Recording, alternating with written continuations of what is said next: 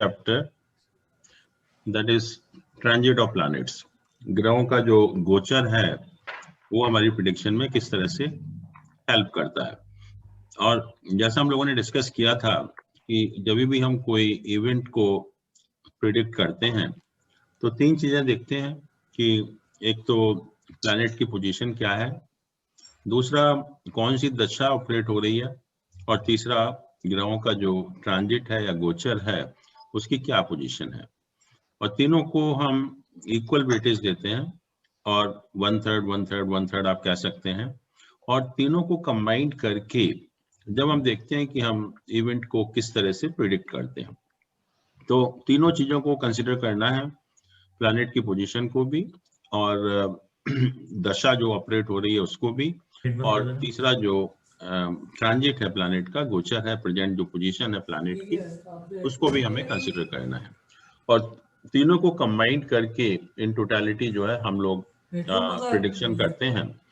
तो प्लैनेट की पोजीशन आप लोग देख ही चुके हैं, दशा सिस्टम या दशा हम किस तरह से देखते हैं वो भी हम लोगों ने डिस्कस हम कर चुके हैं उसको भी।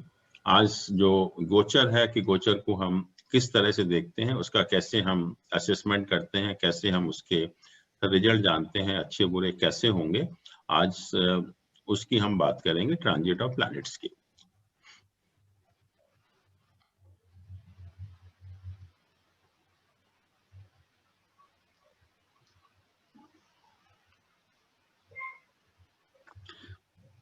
सबसे जो इम्पोर्टेंट चीज है अबाउट ट्रांजिट ऑफ प्लैनेट्स कि कोई भी अगर आप एस्ट्रोलॉजिकल टेक्स्ट पढ़ें या किसी भी एस्ट्रोलॉजर से कंसल्ट करें तो बहुत एक कंफ्यूजन है सबके मन में, या जो हमारी एस्ट्रोलॉजिकल टेक्स्ट भी हैं वो भी बहुत अलग अलग ओपिनियन देते हैं कि जो ट्रांजिट के रिजल्ट है हमें लग्न से देखने चाहिए या मून से देखने चाहिए। कि लग्न को अगर हम फर्स्ट हाउस मानकर ट्रांजिट के रिजल्ट देखें या मून को फर्स्ट हाउस मानकर ट्रांजिट के रिजल्ट देखें। और जितनी भी जो एस्ट्रोलॉजिकल टेक्स्ट हैं इसमें सब में लोगों की अलग अलग ओपिनियंस हैं, अलग अलग बात कही गई है। और इवन जो एस्ट्रोलॉजर हैं वो भी बहुत डिवाइडेड हैं इस बारे में कि हमें जो ट्रांजिट के रिजल्ट हैं वो लग्न से देखने चाहिए या मून से देखने चाहिए। बट लेट अस सी पहले कि जो हमारी एस्ट्रोलॉजिकल टेक्स्ट हैं वो क्या कहती हैं इसके बारे में। तो एक बुक है, बहुत इंपॉर्टेंट एस्ट्रोलॉजिकल टेक्स्ट है जिसको हम फल दीपिका कहते हैं। वो कहती है कि गोचर के रिजल्ट तो आपको चंद्रमा से ही देखने चाहिए, क्योंकि चंद्रमा जो उसको लग्न मानकर या फर्स्ट हाउस मानकर तभी हमें गोचर के रिजल्ट देखने चाहिए। और जो दूसरी किताबें हैं एस्ट्रोलॉजिकल टेक्स्ट, कोई कहती है हमें असेंडेंट से देखने चाहिए, जो भी लग्न है उसको फर्स्ट हाउस मानकर हमें गोचर के रिजल्ट देखने चाहिए। कुछ कहते हैं नहीं, सन साइन जहाँ सन प्लेस्ड है उसको फर्स्ट हाउस मानकर हमें रिजल्ट देखने चाहिए। तीसरा कहता है कि दशा लॉर्ड साइन, जो दशा ऑपरेट हो रही है वो किस साइन में है, वो प्लैनेट किस साइन में है, उसको आप फर्स्ट हाउस मानकर करिए। और कुछ तो कहते हैं कि जो प्लैनेट जिसकी आप दशा, जिसका आप ट्रांजिट देख रहे हैं उसको आप फर्स्ट हाउस मानकर आप ट्रांजिट के रिजल्ट करिए। अब देखिए कितना जो एक वाइड वेरिएशन है कि कुछ लोग कहते हैं कि असेंडेंट से देखिए, कुछ कहते हैं मून से देखिए, तीसरे कहते हैं कि जो दशा ऑपरेट हो रही है वो उसके जो साइन में है उसका लॉर्ड, उसको फर्स्ट हाउस मानकर करिए। और कुछ कहती हैं कि जो प्लैनेट जिसका हम ट्रांजिट के रिजल्ट हम देख रहे हैं वो जहां भी प्लेस्ड है उसको फर्स्ट हाउस मानकर आप रिजल्ट देखिए। तो इतना ज्यादा ये जो वाइड वेरिएशन है अमंगस्ट एस्ट्रोलॉजर या अमंगस्ट एस्ट्रोलॉजिकल टेक्स्ट, तो ये बहुत एक मुश्किल विषय है, क्योंकि अभी भी बहुत एक कंट्रोवर्सी रहती है। कुछ लोग कहते हैं नहीं हम तो असेंडेंट से देखते हैं, कुछ लोग कहते हैं नहीं हमको मून से देखते हैं। बाकी तो ये जो कहा कि दशा लॉर्ड साइन या नेटल प्लैनेट, उसके बारे में तो बहुत ज्यादा सहमति नहीं है या बहुत ज्यादा लोग उसके लिए एग्री नहीं करते। कंट्रोवर्सी सिर्फ दो चीज में रहती है कि ट्रांजिट के रिजल्ट हमें लग्न से देखने हैं या मून से देखने हैं। अब एक बात है, अगर हम मून से देखें ट्रांजिट के रिजल्ट, तो मून तो एक साइन में 2.25 दिन रहता है। मून जैसा हमने कहा कि मून जो एक साइन क्रॉस करने में 2.25 दिन का समय लगाता है। तो इसका अर्थ ये हुआ कि अगर हम मून से ट्रांजिट के रिजल्ट देखेंगे तो 2.25 दिन के अंदर या जब तक मून एक पर्टिकुलर राशि में रहेगा तब तक सबके लिए रिजल्ट वही होने चाहिए गोचर के, जो कि बहुत जस्टिफाइड नहीं लगता कि 2.25 दिन के अंदर जो लोग पैदा हुए उनके ट्रांजिट के रिजल्ट एक से रहें, ये कोई जस्टिफाइड नहीं है। जबकि लग्न तो यह है कि हर 2 घंटे में चेंज हो जाती है, तो उसमें काफी डिफरेंस आ सकता है ट्रांजिट के रिजल्ट में। तो इसलिए जो मॉडर्न एस्ट्रोलॉजर हैं या जो आजकल लोग मानते हैं वो ज्यादातर यही मानते हैं कि हमें जो ट्रांजिट के रिजल्ट हैं वो लग्न से देखने चाहिए, ना कि मून से। लेकिन अभी भी कुछ कंट्रोवर्सी है और जो फाइनल यही है कि नॉर्मली हम लोग लग्न से देखेंगे, बट अगर मून बहुत ज्यादा पावरफुल है, जैसे कि हम लोगों ने कहा भी था कि अगर लग्न सन मून में से जो भी सबसे ज्यादा पावरफुल होता है वो प्रिवेल करता है आपकी लाइफ में जो है, तो वैसे भी हॉरोस्कोप के रिजल्ट भी अगर हम उस कुंडली से देखते हैं तो ज्यादा सही रिजल्ट उसके मिलते हैं आपको। तो वो यही कहा कि अगर मून बहुत पावरफुल है लग्न के कंपैरिजन में तब तो हमें मून से देखने चाहिए, अदरवाइज नॉर्मल केस में हम लग्न से ही देखेंगे। और आजकल लोग क्या करते हैं कि कुछ लोग दोनों से देखने लगे हैं, लग्न से भी देखते हैं और मून से भी देखते हैं ट्रांजिट के रिजल्ट, फिर वो ट्राई करते हैं कि कैसे उसका इफेक्ट हमें देखना चाहिए। तो ये बहुत एक कंट्रोवर्सी है, ये बहुत बड़ा पॉइंट भी है और ये अभी तक बहुत क्लैरिटी नहीं आई है इस बारे में कि जो गोचर के रिजल्ट हमें लग्न से देखें या मून से देखें। और बेसिकली जो ज्यादातर हम लोग यूज करते हैं आजकल वो लग्न से ही करते हैं, और अनलेस एंड अनटिल अगर मून बहुत पावरफुल है किसी हॉरोस्कोप में तो मून से देखते हैं, अदरवाइज नॉर्मल केस में आप लोग भी जो है लग्न से ही देख सकते हैं। और ट्रांजिट के रिजल्ट हम लोगों ने अष्टक वर्गा हमने शायद अभी किया नहीं है, कल मतलब नेक्स्ट क्लास में करेंगे हम। तो अष्टक वर्गा में भी आप देखेंगे कि बहुत सिंपल मेथड है ट्रांजिट के रिजल्ट देखने का। वो हम जब भी हम नेक्स्ट क्लास में अष्टक वर्गा करेंगे तो उसमें हम देखेंगे भी कि अष्टक वर्गा से हम ट्रांजिट के रिजल्ट कैसे देखते हैं। मैं तो ये कहूंगा कि बहुत एक वो सिंप्लीफाइड वे है ट्रांजिट के रिजल्ट देखने का। और जैसे जैसे आप अभी ट्रांजिट का देखेंगे जो हमारा सिस्टम है बहुत एक कॉम्प्लिकेटेड है, बहुत मुश्किल होता है कि आइडेंटिफाई करने के लिए कि रिजल्ट आपको किस तरह के मिलने वाले हैं। बट इवन देन व्हाट जो है उसको देखते हैं क्या क्या लिखा हुआ है या किस तरह से हमें जो है ट्रांजिट के रिजल्ट देखने चाहिए।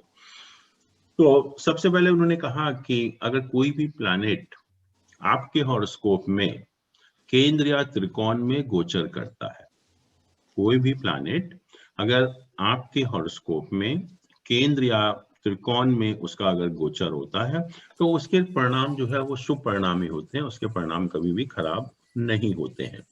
जैसे मैं कहूँ कि किसी का लग्न जो है लिब्रा है, तुला राशि है, और आजकल जैसे कहा कि जुपिटर और सैटर्न दोनों 10 नंबर साइन में हैं, तो केंद्र में उनका ट्रांजिट है, तो मैं कहूंगा कि केंद्र में ट्रांजिट है तो इसलिए इन दोनों प्लैनेट के जो गोचर के रिजल्ट हैं वो शुभ होने चाहिए। मान लीजिए कि लग्न आपका कन्या राशि है, 6 नंबर राशि है, तो जो इस समय शनि और जुपिटर का जो ट्रांजिट है वो त्रिकोण में है, 5वें भाव में है, तो इसलिए उसके रिजल्ट भी आपको शुभ ही मिलने चाहिए। तो कोई भी प्लैनेट हो, मेलिफिक हो, बेनिफिक हो, अगर आपके हॉरोस्कोप में वो केंद्र या त्रिकोण में अगर उसका ट्रांजिट हो रहा है तो नॉर्मली ये देखा गया है कि उसके परिणाम आपको अच्छे ही मिलते हैं। दूसरा है कि प्लैनेट जब अपने एक्सॉल्टेशन साइन को, उच्च की राशि को, अपने साइन को या अपने फ्रेंडली साइन की राशि को ट्रांजिट करते हैं, जैसे कहा कि शनि जो है वो इस समय कैप्रिकॉर्न साइन में ट्रांजिट कर रहा है और कैप्रिकॉर्न साइन उसका जो है अपना साइन है। तो कहते हैं कि planet transiting their exaltation own and friendly sign, exaltation sign को कर रहे हैं तो बहुत अच्छे रिजल्ट होंगे, अपने साइन को कर रहे हैं तो अच्छे रिजल्ट होंगे, और अगर फ्रेंडली साइन को भी अगर ट्रांजिट कर रहे हैं तो उसके परिणाम भी ठीक ठीक होते हैं, बहुत उनके कंपैरिजन में कम होते हैं। तो आजकल जैसे हम कहें कि शनि जो है वो मकर राशि में गोचर कर रहा है आजकल, तो नेचुरली जो मकर राशि में गोचर है शनि का वो सबके लिए अच्छा है, क्योंकि शनि जो है वो अपनी राशि में ही गोचर कर रहा है। तो जब भी कोई भी प्लैनेट जब अपने एक्सॉल्टेशन साइन में, ओन साइन में या फ्रेंडली साइन में ट्रांजिट करते हैं तो उसके रिजल्ट आपको अच्छे ही मिलते हैं। फिर कहा कि अगर कोई प्लैनेट अपने नीच की राशि में या शत्रु की राशि में या तो डेबिलिटेशन साइन में या एनिमी साइन में ट्रांजिट करता है तो उसके रिजल्ट बहुत अच्छे नहीं होते। अब अभी देख रहे हैं कि जैसे जुपिटर मकर राशि में है तो इसके रिजल्ट अच्छे नहीं होंगे। हाँ, वही मैं आ रहा हूँ उसके ऊपर कि जैसे आजकल जुपिटर, जया जी पूछ रही है कि जुपिटर जो है वो नीच की राशि में है, 10 नंबर राशि में ट्रांजिट कर रहा है, तो उसके रिजल्ट कैसे होंगे। तो यहाँ पर देखें आप, जो खास बात है, और ये जो गोचर हुआ है सबके लिए इम्पोर्टेंट है, क्योंकि ये 20 तारीख को दिन में जो गुरु है वो मकर राशि में आ गया है, और ये 5 अप्रैल 2021 तक मकर राशि में ही रहेगा। तो हम देख रहे हैं कि जो सैटर्न एंड जुपिटर का जो कंजंक्शन है वो इस समय जो है इस राशि में 10 नंबर राशि में हो रहा है। तो सैटर्न तो हमने देख लिया कि वो अपनी राशि है, तो नेचुरली वो अच्छा ही ट्रांजिट है। अगर हम जुपिटर की बात करें तो जुपिटर नीच का है, और इसके हिसाब से वो ट्रांजिट बहुत अच्छा नहीं होना चाहिए। लेकिन जो कंजंक्शन हो रहा है उस कंजंक्शन के हिसाब से अगर आप देखें तो जुपिटर का नीच भंग भी हो रहा है। यहाँ पर नीच भंग में एक कंडीशन थी कि planet in debilitation and its sign dispositor, अगर दोनों आपस में केंद्र में हो या नीच के प्लैनेट को उसका जो राशि लॉर्ड है वो देख रहा हो, तो दोनों केसेस में नीच भंग हो जाता है। तो जुपिटर का जो इस समय गोचर हो रहा है उसकी खास बात यह है कि जुपिटर का नीच भंग हो रहा है, तो जुपिटर का ट्रांजिट भी बहुत अच्छा है, शनि का भी ट्रांजिट बहुत अच्छा है, और इसलिए इस गोचर का कहते हैं कि बहुत एक इम्पॉर्टेंट ट्रांजिट है इस समय, ना कि एक इंडिविजुअल हॉरोस्कोप के लिए, बल्कि अगर हम मुंडेन की भी बात करें, एक फाइनेंशियल पोजीशन की बात करें कंट्री की या वर्ल्ड की, या हम एजुकेशन सिस्टम की बात करें, तो उसमें बहुत सारे चेंजेस होने की जो पॉसिबिलिटी बनती है इस पीरियड में जो है। सर, लेकिन वो तो 1 साल के लिए ट्रांजिट करता है ना जुपिटर, तो एक somebody is using this, I don't know who is doing it। ये क्या हो गया स्क्रीन पे सर? हाँ, कोई कर ये भावना के शायद स्क्रीन से हो रहा है। अच्छा, बच्चों ने किया होगा, ये कोई बच्चा यूज कर रहा है laptop sir. Just undo it, सब हट जाएगा। ये भावना के यहाँ से एनोटेशन भावना के लैपटॉप से। कोई नहीं, बच्चे कर देते हैं। सर आप इरेज कर दीजिए उसे, आपके उसमें इरेज ऑप्शन है, तो पड़ेगा ना, और एनोटेशन को डिसेबल कर दीजिए। कैसे? आपकी एनोटेशन ऊपर जो आपका शेयर वाला बार है ना सर, हाँ, उस शेयर बार में आपको ये एनुमुलेट या मोर लिखा हुआ है, इसको मोर को कीजिए, डिसेबल कर दीजिए एनोटेशन, राइट क्लिक करके ना। बस अब नो वन कैन एनोटेट। और अभी इसको आप इरेज कर, क्लियर ऑल कर दीजिए, क्लियर ऑल। चलिए अब आ जाएगा मेरे। सर मैं ये कह रही थी कि जुपिटर का तो एक राशि में ट्रांजिट 1 साल के लिए रहता है ना? 1 साल के लिए हुआ था। जुपिटर भी मार्च में 10 नंबर राशि में आया था, लेकिन फिर वो वक्री होकर 9 नंबर राशि में चला गया था पिछले करीब मई में, और अब दोबारा से जो है फिर वो 10 नंबर राशि में आ गया है। और जुपिटर का गोचर 1 साल के लिए होता है, तो इसलिए जुपिटर जो अपना नेक्स्ट साइन चेंज करेगा वो अप्रैल में करेगा, क्योंकि अभी मार्च में किया था, वो 6 अप्रैल को साइन चेंज करेगा। तो 1 साल का ही है, बट क्योंकि वो रेट्रोग्रेड होके और शुरू में ही रेट्रोग्रेड हो गया, इसलिए उसने साइन चेंज कर दिया था, इसलिए ये प्रॉब्लम हुई यहाँ पर। Okay sir. तो इस समय जो ये गोचर है ये 20 तारीख को हुआ है, जो गुरु इस राशि में आया है वो 20 नवंबर को आया है, परसों आया है, और ये 5 नवंबर तक ये गुरु और शनि का गोचर रहेगा। और ये गोचर नॉर्मली जो लोगों के लिए बहुत अच्छा है, और पर्टिकुलरली जैसे मैं कहूँ कि 6 नंबर लगन या वर्गो लग्न, उनके लिए 5th हाउस में है।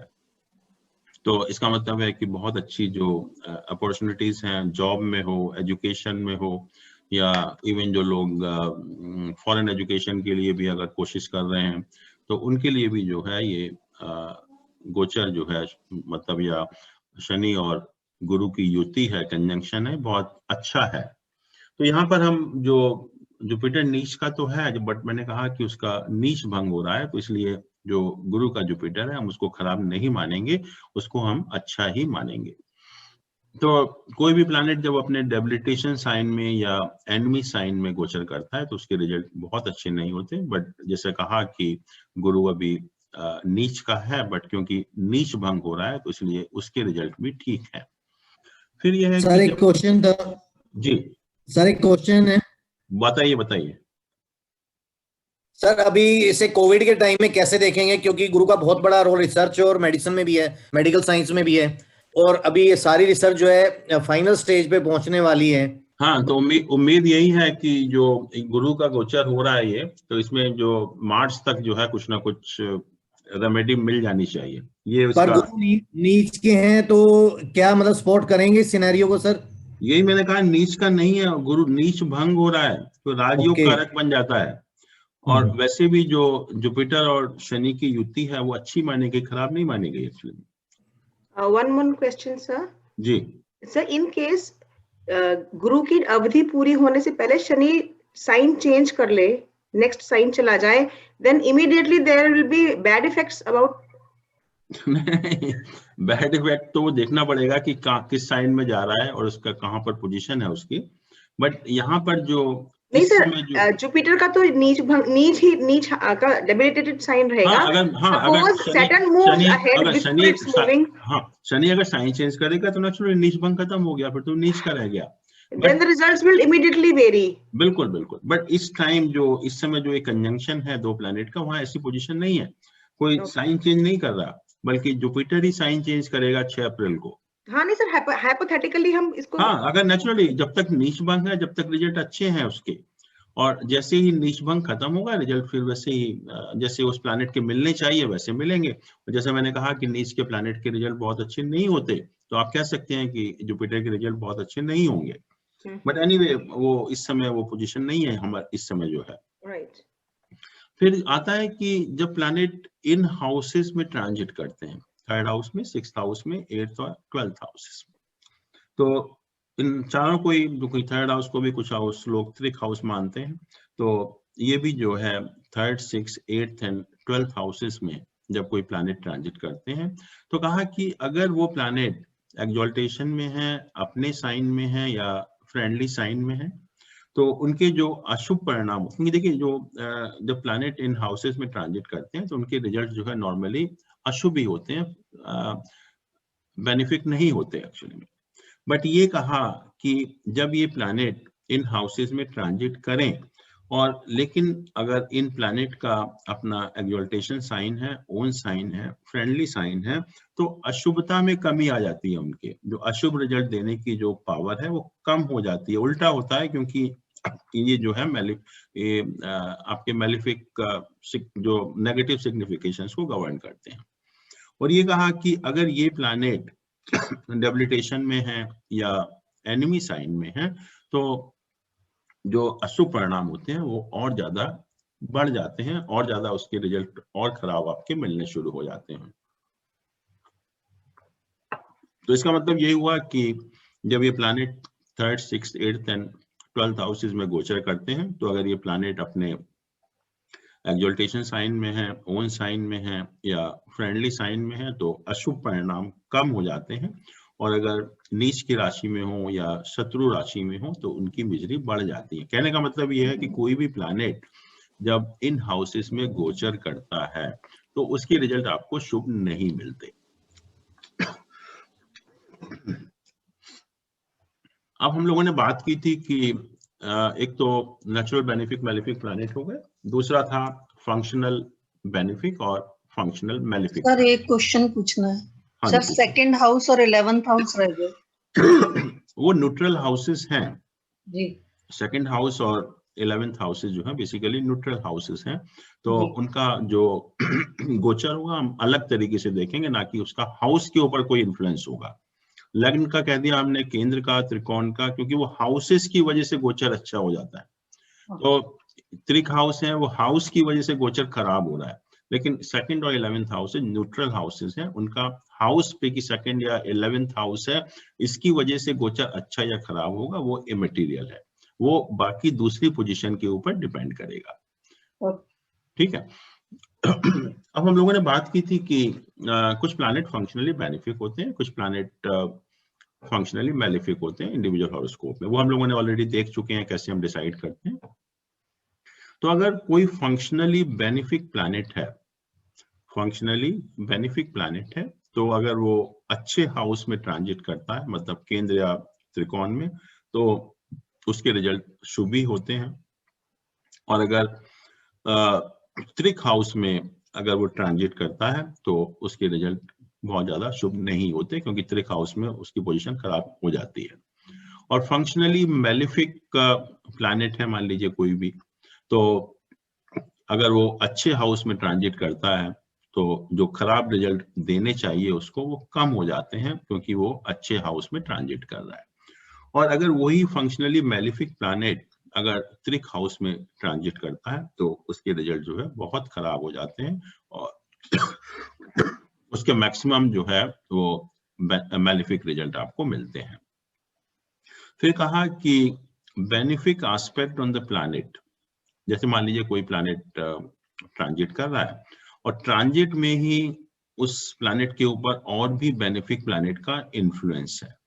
कोई भी प्लैनेट, मान लीजिए कि अभी जैसे हम कहें कि जुपिटर 10th साइन में ट्रांजिट कर रहा है, और मान लीजिए कि 10th साइन को गोचर में ही कुछ टाइम के लिए और भी प्लैनेट, शुभ प्लैनेट एस्पेक्ट कर रहे हैं, just for the sake of example, मान लीजिए कि मरकरी और वीनस भी उसको एस्पेक्ट कर रहे हैं, तो उससे क्या होगा कि जो उसका जो बेनिफिक इन्फ्लुएंस है और ज्यादा बढ़ जाएगा। और ऐसे ही अगर कोई मैलिफिक प्लैनेट उस प्लैनेट को एस्पेक्ट करते हैं तो उसकी जो शुभता है वो कम हो जाती है। तो ट्रांजिट के टाइम हमें सिर्फ यही नहीं देखना कि वो प्लैनेट कौन सा है, कहाँ ट्रांजिट कर रहा है, बट हमें ये भी देखना है उस टाइम कि ट्रांजिट करते समय उस प्लैनेट के ऊपर एस्पेक्ट बेनिफिक प्लैनेट का है या मैलिफिक प्लैनेट का है। बेनिफिक प्लैनेट का अगर एस्पेक्ट है तो शुभ प्लैनेट है और शुभ हो जाएगा, या अशुभ प्लैनेट है तो उसकी अशुभता कम हो जाएगी। और अगर मैलिफिक प्लैनेट का एस्पेक्ट है तो शुभ प्लैनेट है वो कम शुभ हो जाएगा, और अशुभ है वो ज्यादा अशुभ हो जाएगा।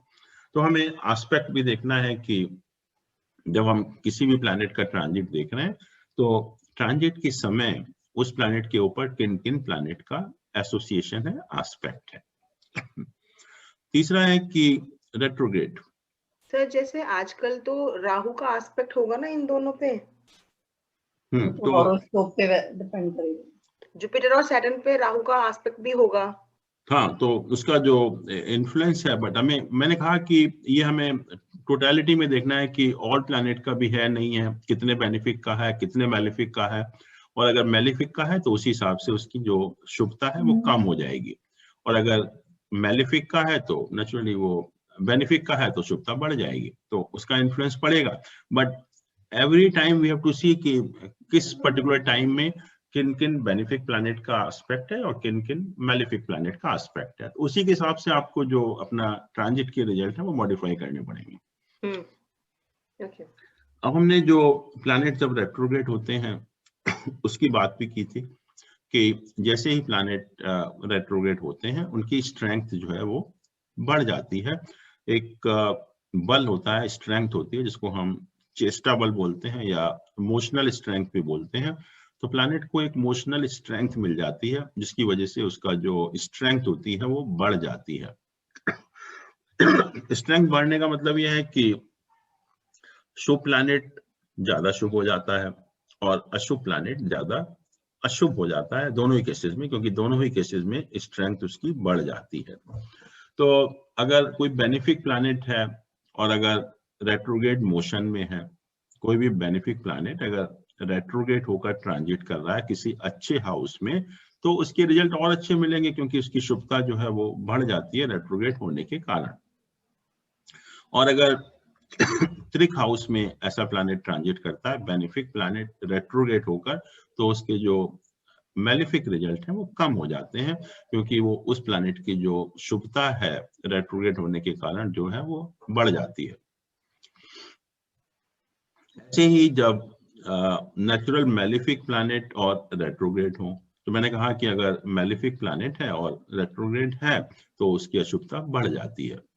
तो इसलिए जब अच्छे हाउसेज में ट्रांजिट करते हैं, और हमने कहा कि जो केंद्र और त्रिकोण है उसमें कोई भी प्लैनेट ट्रांजिट करता है उसके रिजल्ट अच्छे ही मिलते हैं। बट अगर मेलिफिक प्लैनेट रेट्रोग्रेड होकर ट्रांजिट करेगा तो नेचुरली अशुभता उसकी बढ़ जाती है, तो उस केस में जो अच्छे रिजल्ट मिलने वाले थे वो न्यूट्रलाइज हो जाते हैं या नहीं मिलते, आपको जो मिलने चाहिए अच्छे रिजल्ट वो नहीं मिलते। और ऐसे ही ऐसा प्लैनेट जब त्रिक हाउस में ट्रांजिट करता है और नेचुरली वो ज्यादा अशुभ हो गया क्योंकि वो रेट्रोग्रेड है, नेचुरल मेलिफिक प्लैनेट है, तो उसके जो मेलिफिक रिजल्ट हैं या जो उसके अशुभ परिणाम है और ज्यादा बढ़ जाते हैं। तीसरा है कि जब प्लैनेट कंबस्ट हो और या पाप कतरी पोजीशन में हो, पाप कतरी मतलब हैम्ड बिटवीन टू मेलिफिक प्लैनेट्स। तो और हम जो बात कर रहे हैं वो ध्यान रखिए, हम ये ट्रांजिट की बात कर रहे हैं, गोचर की बात कर रहे हैं, कि अगर कोई प्लैनेट कंबस्ट हो गोचर में या कोई प्लैनेट के दोनों तरफ जो है मेलिफिक प्लैनेट का एसोसिएशन हो, तो उस केस में उस ट्रांजिट के रिजल्ट आपको कैसे मिलेंगे वो देखना है हमें। तो ये कहा कि अगर अच्छे हाउसेज में केंद्र या त्रिकोण में ऐसा प्लैनेट ट्रांजिट करेगा तो उसके जो अच्छे रिजल्ट हैं वो आपको नहीं मिलेंगे, क्योंकि वो प्लैनेट वीक हो गया, कंबस्ट हो गया या पाप कतरी पोजीशन में है, तो अच्छे रिजल्ट आपको नहीं मिलेंगे। और अगर वही प्लैनेट त्रिक हाउस में अगर ट्रांजिट कर रहा है तो उसके जो अशुभ परिणाम है और ज्यादा खराब बढ़ जाते हैं और ज्यादा आपके खराब रिजल्ट आपको मिलते हैं।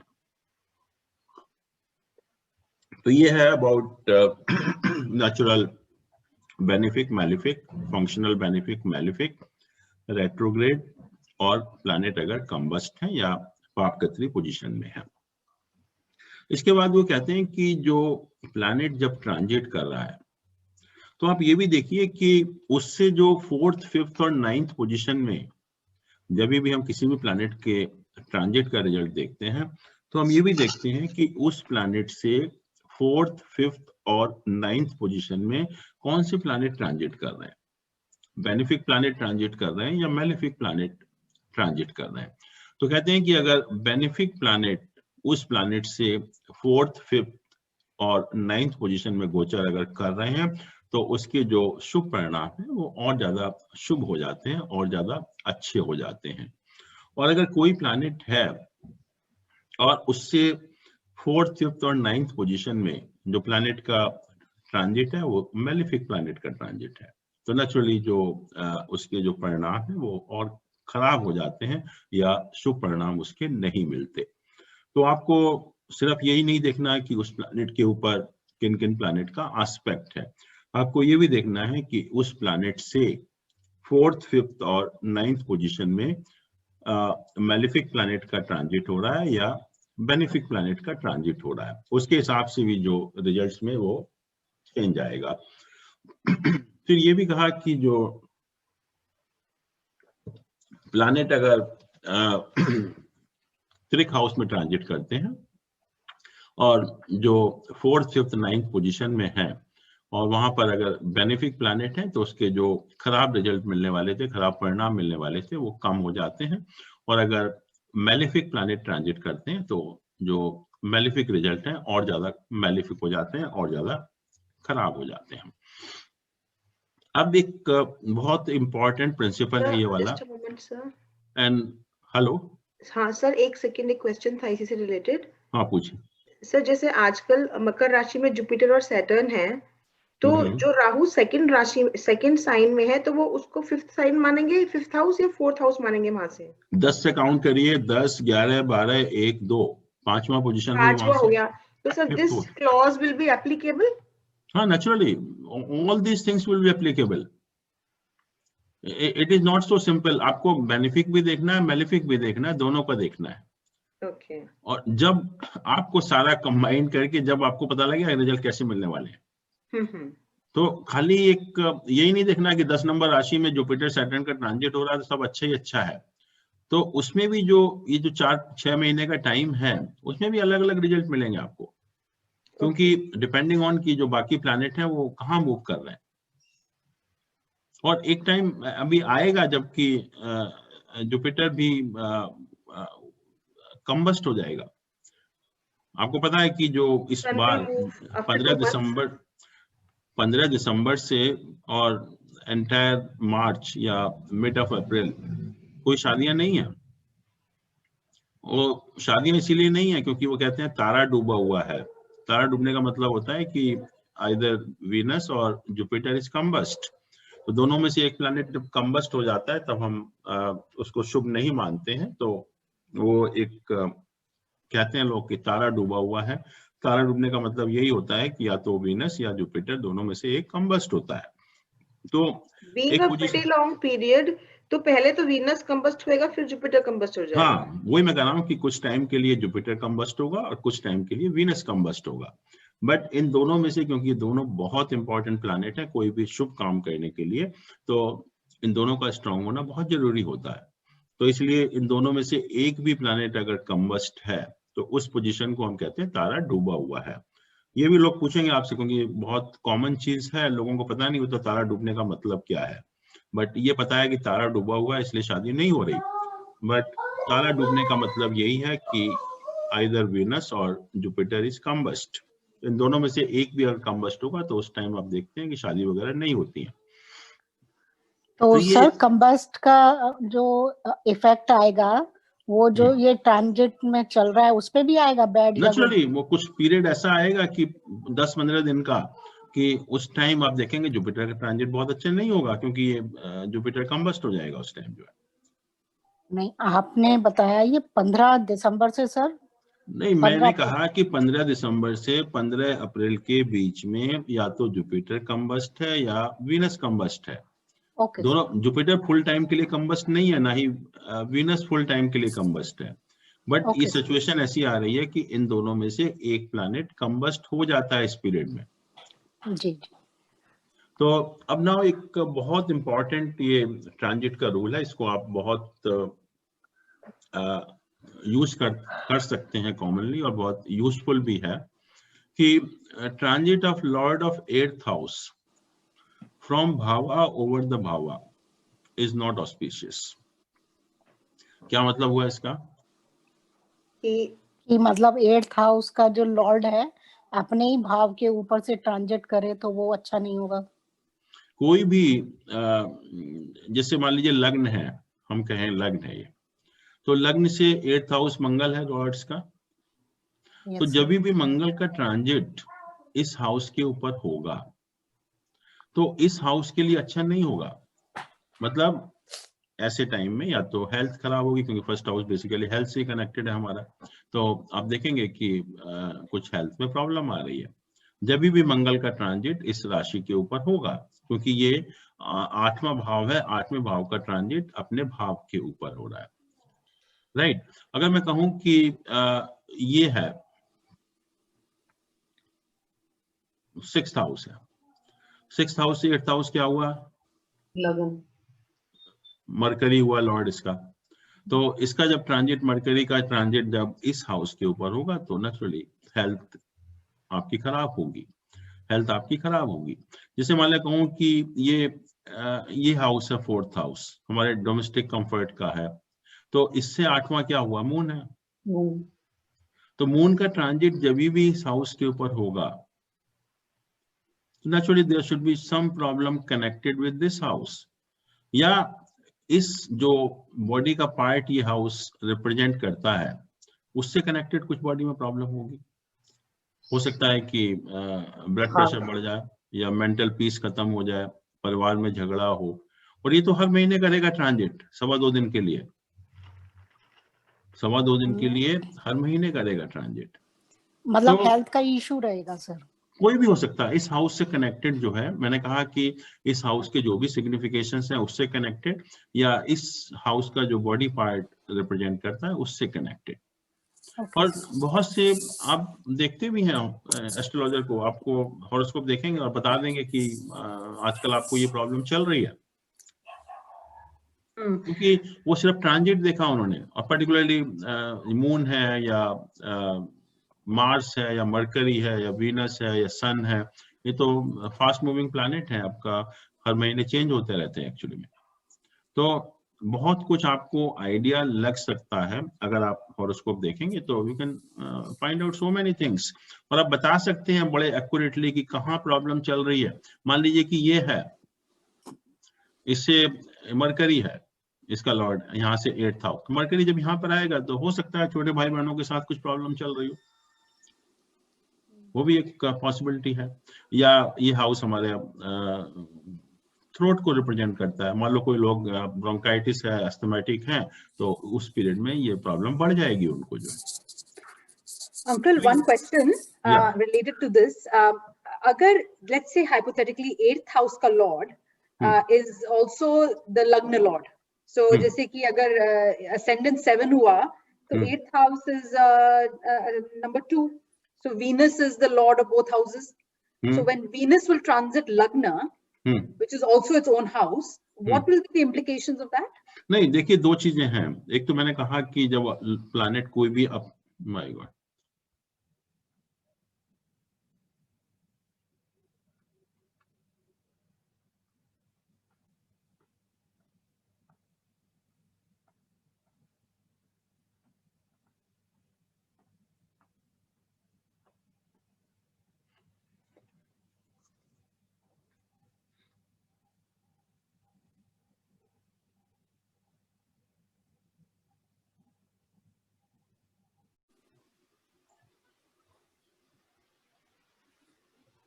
सर मान लीजिए कैप्रिकॉर्न में सैटर्न और राहु बैठे हैं, हाँ जी, और उसके ऊपर सैटर्न का ट्रांजिट हो रहा है, तो ये क्या मैलिफिक के ऊपर मैलिफिक तो हो भी गया? हाँ, जब ये राहु के ऊपर होगा एग्जैक्टली, क्योंकि डिपेंड करता है कितने डिग्री का डिफरेंस है जी। तो जब राहु के आसपास जब ट्रांजिट होगा तो बहुत खराब होगा, तो बाकी पोजीशन में ठीक हो सकता है, लेकिन जैसे राहु के ऊपर आएगा एग्जैक्टली तब वो खराब हो जाएगा।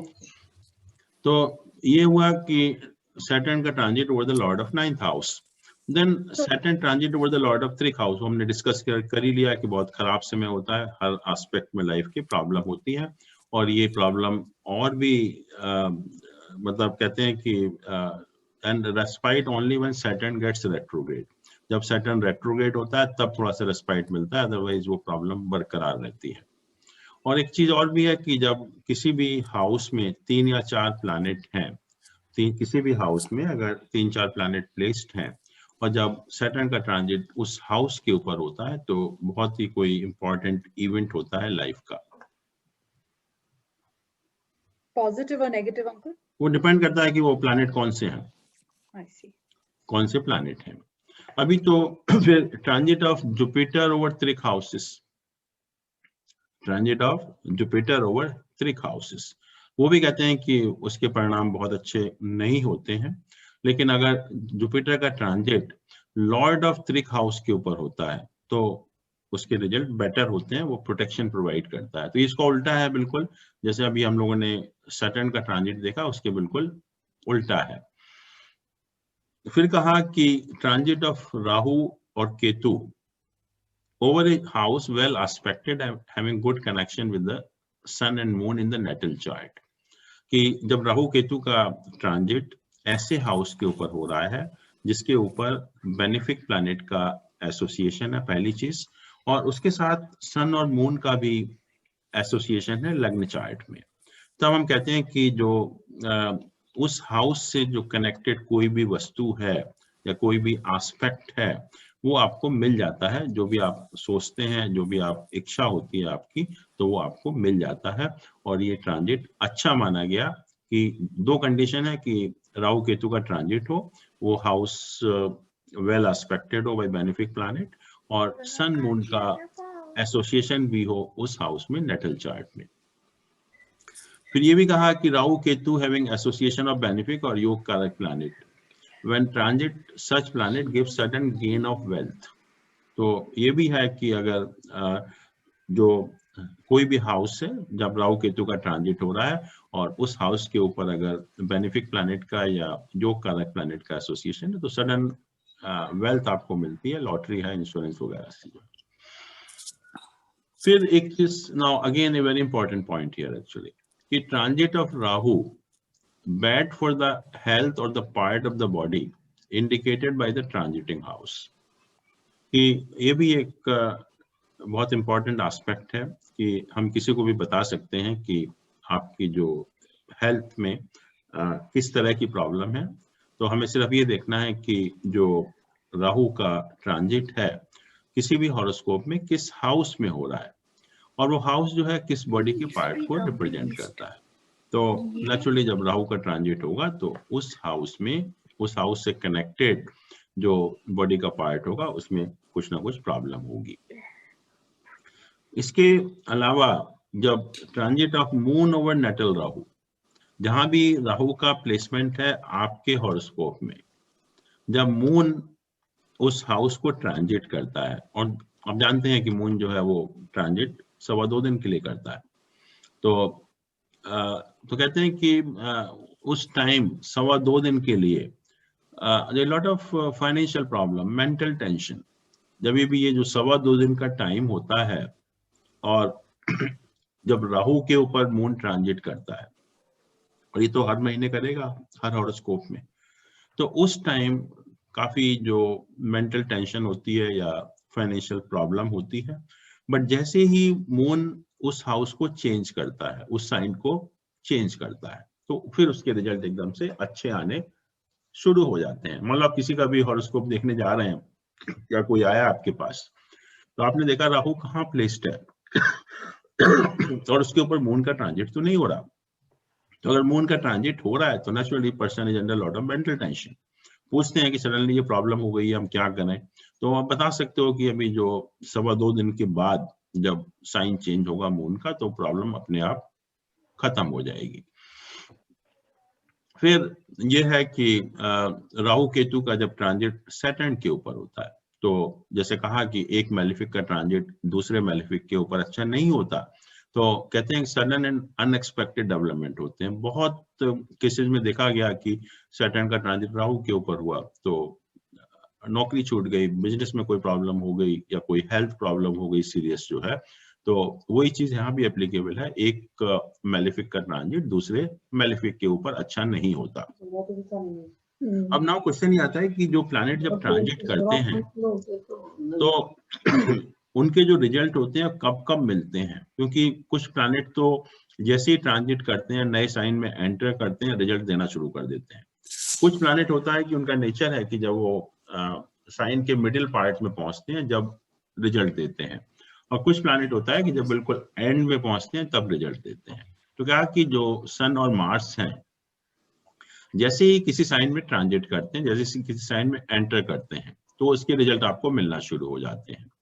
जुपिटर एंड वीनस है, ये दो प्लैनेट हैं, जब ये around mid portion of the sign पहुंचते हैं तब उसके रिजल्ट आपको मिलना शुरू होते हैं। मून और सैटर्न है, ये last part of the sign result देते हैं, और मरकरी और राहु केतु ये प्लैनेट हैं जो इनके रिजल्ट जो है पूरे साइन के दौरान, पूरे साइन में ट्रांजिट के दौरान एक से रहते हैं, उसमें कोई फर्क नहीं पड़ता।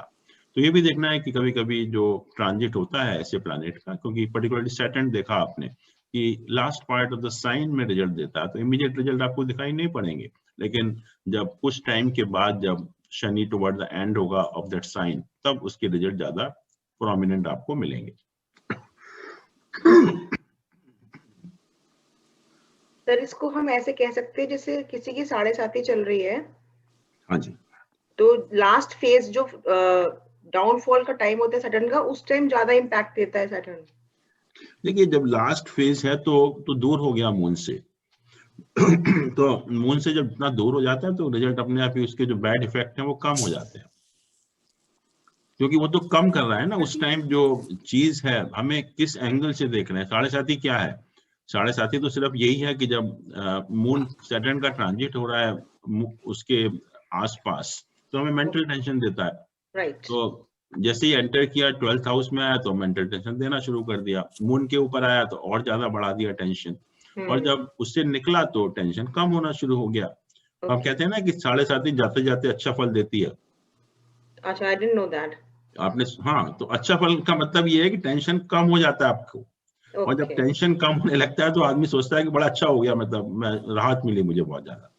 तो इसलिए हम कहते हैं कि अच्छे फल देती है। अच्छे फल नहीं देती वो, ओनली कि वो सैटर्न वहां से दूर हो गया मून से। तो जो मेंटल सर, लेकिन ये मिथुन राशि वालों के लिए तो नहीं रहता है ऐसा, क्योंकि ये कहते हैं कि जो मिथुन राशि पे जब शनि की 7.5 चलती है तब ये बोला जाता है कि उसके बाद मतलब मिथुन के बाद जो राशि आती है कर्क आती है, सिंह आती है। तो चंद्रमा और सूर्य उसके लॉर्ड होते हैं, तो तब जो और ज्यादा परेशानी करता है वो सैटर्न। देखिए, जो रिजल्ट होते हैं 7.5 के वो बहुत सारी चीजों के ऊपर डिपेंड करते हैं, वो हम डिस्कस करेंगे भी, बट बहुत सारी चीजों के ऊपर डिपेंड करते हैं। बट जो मैं बात कर रहा हूँ, जो मेन जो इफेक्ट 7.5 का होता है कि मेंटल टेंशन तो आपको मिलता ही मिलता है, उससे तो कोई राहत नहीं मिल सकती। रिजल्ट मे बी गुड और बैड डिपेंडिंग ऑन कि किस साइन में ट्रांजिट हो रहा है, कौन से प्लैनेट एसोसिएटेड है, मून की पोजीशन क्या है, शनि की पोजीशन क्या है, वो सब उसके ऊपर डिपेंड करेंगे। लेकिन वन थिंग इज सर्टेन कि you have to undergo lot of mental pressure during that time. Sir एक क्वेश्चन था, हाँ, अगर मून काफी स्ट्रोंग है और किसी भी अशुभ ग्रह की दृष्टि भी नहीं है, तो क्या हम कहें कि 7.5 काफी हल्की रहेगी उसके ऊपर, क्योंकि मून स्ट्रोंग? मुझे ये बताइए कि मून मान लीजिए किसी का कमजोर है, उसके ऊपर आप प्रेशर डाल दीजिए और प्रेशर डाल दीजिए तो क्या होगा? ज्यादा डिप्रेशन हो जाएगा, और डिप्रेशन हो जाएगा और खराब हो जाएगी हालत उसकी। और मून किसी का बहुत स्ट्रांग है, उसके ऊपर प्रेशर डालेंगे तो क्या होगा? वो और ज्यादा उससे काम में लग जाएगा और अच्छा काम करेगा कोई आदमी। अब बच्चे हैं, बच्चे इतना नहीं करते, जब उनके ऊपर प्रेशर डलता है तो एग्जाम में बहुत अच्छी परफॉर्म करते हैं वो फिर। और अगर मून वीक होता है तो बच्चे घबरा जाते हैं एग्जाम के दिनों में जो है। तो अगर स्ट्रॉन्ग मून है, माइंड इज वेरी फर्टाइल, और उसके ऊपर प्रेशर पड़ा तो naturally mind will get more activated और उसके अच्छे रिजल्ट मिलते हैं। तो इसीलिए कहते हैं कि जो 7.5 की जो रिजल्ट होते हैं वो बेसिकली डिपेंड करते हैं कि आपके हॉरोस्कोप में मून और सैटर्न की क्या पोजीशन है। सारा कुछ उसी के ऊपर डिपेंड करेगा। सर जैसे दोनों केसेस में रिजल्ट अच्छे हों बुरे हों, जो बेसिक नेचर है प्लैनेट का उससे तो आप नहीं बच सकते। मून आपका माइंड है, सैटर्न प्रेशर, तो मेंटल टेंशन तो रहेगा। सर जैसे कल हम हमारा हॉरोस्कोप देख रहे थे, उसमें मून, हमारा जो मून है उसकी 500 से ऊपर स्ट्रेंथ है और सैटर्न की 300 के आसपास है, और हमारी 7.5 चल रही है इस समय। तो we can say कि we can do a lot of good work in this astrology. Provided moon is strong. Yeah, it is strong. It has got more than 500. नहीं 500 की बात नहीं होती। Shutable is more than 500 इसका, तो we can assume नहीं moon should be functionally benefic in your horoscope. Okay, only then malefic planet होगा उसकी भी तो स्ट्रेंथ ज्यादा हो सकती है। हाँ सर, malefic है हमारा तो, क्योंकि उसका कष्ट फल ज्यादा है। हाँ, तो अगर malefic है तो ज्यादा परेशानी होगी, मतलब moon is not a good planet. Placement भी देखेंगे ना सर इसमें मून की? नहीं, सारी चीजें देखेंगे, यही मैं कह रहा हूँ कि वो देखा जाएगा। सारी, मैं इनका जो आंसर दे रहा था कि खाली आप उसके बल कितना है उसके ऊपर डिसाइड नहीं कर सकते कि बेनिफिक है या मेलिफिक है। पहले प्लेसमेंट बहुत मैटर करेगी। हाँ, तो अगर बेनिफिक का भी बल ज्यादा हो सकता है, मेलिफिक का भी बल ज्यादा हो सकता है, उसमें क्या हो गया? तो वो डिपेंड करता है कि आपके हॉरोस्कोप में फंक्शनली बेनिफिक है या मेलिफिक है। सर फिर हम ईस्ट फल और कस्ट फल को कैसे प्रेडिक्ट करें? ईस्ट फल और कस्ट फल में तो उस जब दशा चलती है एक प्लैनेट की, उसमें रिजल्ट आपके किस टाइप के मिलेंगे वो बताता है आपको। कि मतलब अगर कस्ट फल ज्यादा है तो कष्ट ज्यादा मिलेंगे। कष्ट फल ज्यादा है तो परेशानियां भी ज्यादा आएंगी उस पीरियड में। ईस्ट फल ज्यादा है तो लाइफ कंफर्टेबल होगी, इतना बताता है वो बस। Okay sir. अच्छा, एक जो अगेन इम्पोर्टेंट प्रिंसिपल कि Rahu control the malefic effect of mercury. Rahu controls the malefic effect of mercury. इसका मतलब क्या हुआ कि मरकरी मान लीजिए कि ट्रांजिट में बहुत खराब रिजल्ट देने वाला है, मरकरी ट्रांजिट में बहुत खराब रिजल्ट देने वाला है, लेकिन राहु का ट्रांजिट ठीक है, राहु का ट्रांजिट अच्छा है, तो आपको जो मरकरी के मेलिफिक रिजल्ट मिलने वाले थे वो नहीं मिलेंगे, क्योंकि Rahu controls the malefic effect of mercury. ऐसे ही सैटर्न दोनों के, राहु और मरकरी के, मान लीजिए राहु का ट्रांजिट बहुत खराब है हॉरोस्कोप में, लेकिन सैटर्न का ट्रांजिट फेवरेबल है, तो जो राहु के जो मेलिफिक रिजल्ट मिलने चाहिए थे ट्रांजिट के वो नहीं मिलेंगे, क्योंकि सैटर्न उसको कंट्रोल करेगा। और इसी तरह से मार्स जो है वो इन तीनों के बैड इफेक्ट को कंट्रोल करता है, राहु के भी, मरकरी के भी और सैटर्न के भी।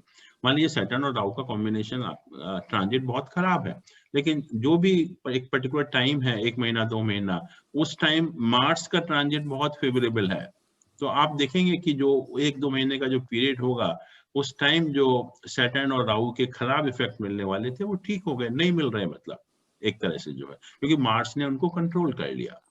और मून जो है इन चारों प्लैनेट के बैड इफेक्ट को कंट्रोल करता है, राहु के भी, मरकरी के भी, सैटर्न के भी और मार्स के भी। और sun controls the malefic effect of all planets.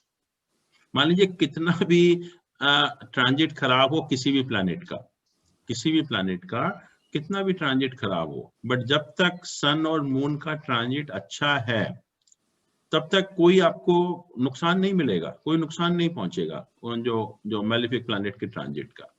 तो भी ये बहुत इंपॉर्टेंट चीज है कि हम कहते रहे कि बहुत खराब ट्रांजिट हो रहा है, खराब ट्रांजिट हो रहा है, लेकिन लकीली अगर सन और मून का ट्रांजिट फेवरेबल है उस पीरियड के लिए, तो जो मेलिफिक आपको रिजल्ट मिलने वाले थे उस ट्रांजिट के वो नहीं मिलते।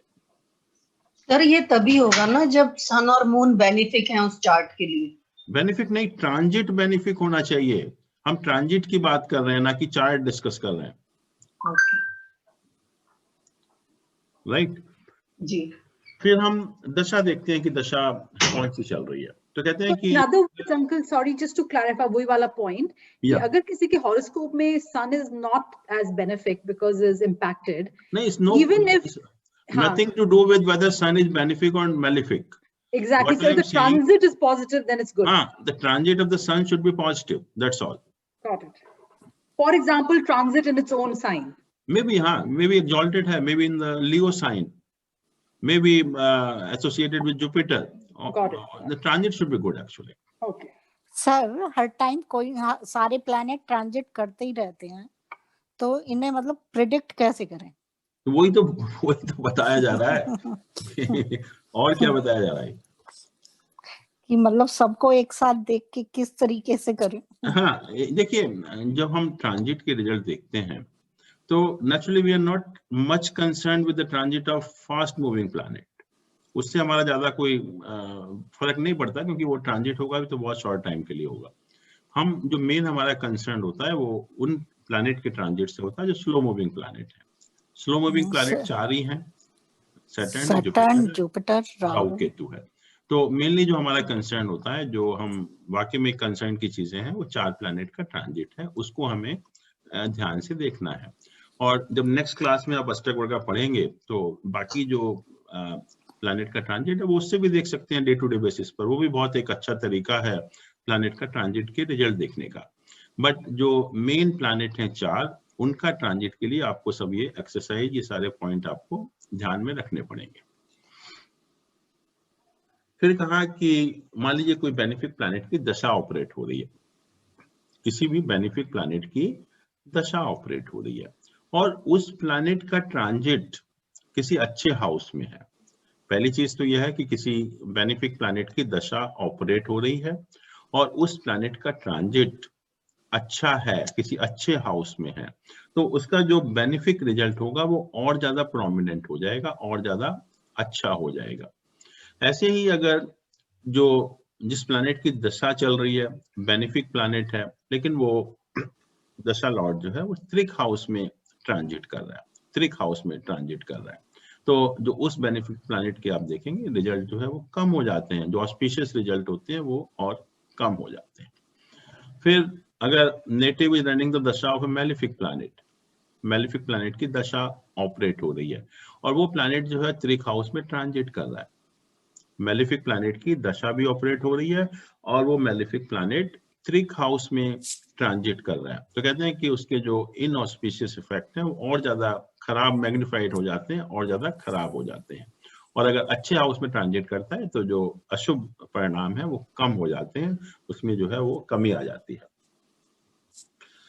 इसके अलावा जो जनरली जो बुक्स में लिखा होता है कि हर प्लैनेट का जो ट्रांजिट है कुछ पर्टिकुलर पोजीशन में अच्छा माना जाता है, कुछ पर्टिकुलर पोजीशन में खराब माना जाता है। तो जैसे यहाँ पर आप देख रहे हैं कि सन का जो ट्रांजिट है, मतलब लग्न से देखें या मून से देखें तो 3rd में, 6th में और 10th और 11th पोजीशन में अगर होगा लग्न से या मून से तो द ट्रांजिट इज ऑस्पिशियस। ऐसे ही मून का जब ट्रांजिट 1st में, 3rd में, 6th में, 7th में, 10th में या 11th हाउस में होता है तो उस ट्रांजिट को हम शुभ मानते हैं। और ज्यादातर बुक्स में आपको जो मैंने बताया वो नहीं मिलेगा लिखा हुआ, यही चीज आपको लिखी हुई मिलेगी कि आप इससे जो है वो ट्रांजिट आप देख लीजिए, but this is not sufficient, this is only the position की इन पोजीशन में ट्रांजिट अच्छा माना गया और इन पोजीशन में ट्रांजिट अच्छा नहीं माना गया। But anyway this the position is indicated here for all the planet कि किन किन पोजीशन में ट्रांजिट ठीक होता है। उसकी जो हर पोजीशन का एक वेद स्थान है, हर पोजीशन का एक वेद स्थान है। वेद स्थान का मतलब ये होता है कि जैसे मान लो 3rd पोजीशन में सन ट्रांजिट कर रहा है तो उसका वेद स्थान 9th पोजीशन में है। तो इसका अर्थ ये हुआ कि अगर 9th पोजीशन में सन ने तो यहाँ ट्रांजिट किया, लेकिन 9th पोजीशन में अगर कोई भी प्लैनेट उस टाइम ट्रांजिट कर रहा हो तो वो उसका वेद कर देगा, या मतलब उसके ऑस्पिशियस रिजल्ट आपको नहीं मिलेंगे। तो ये वेद स्थान का मतलब होता है कि हर साइन का एक वेद स्थान है कि अगर इन हाउसेज में अगर ट्रांजिट किया तो हम सोचते हैं कि उसके अच्छे रिजल्ट मिलेंगे, बट जब जब इनके वेद स्थान में कोई भी प्लैनेट होगा तो वो उसका वेद कर देगा या उसके रिजल्ट आपको अच्छे नहीं मिलेंगे। तो ये भी हम हर इससे देख सकते हैं।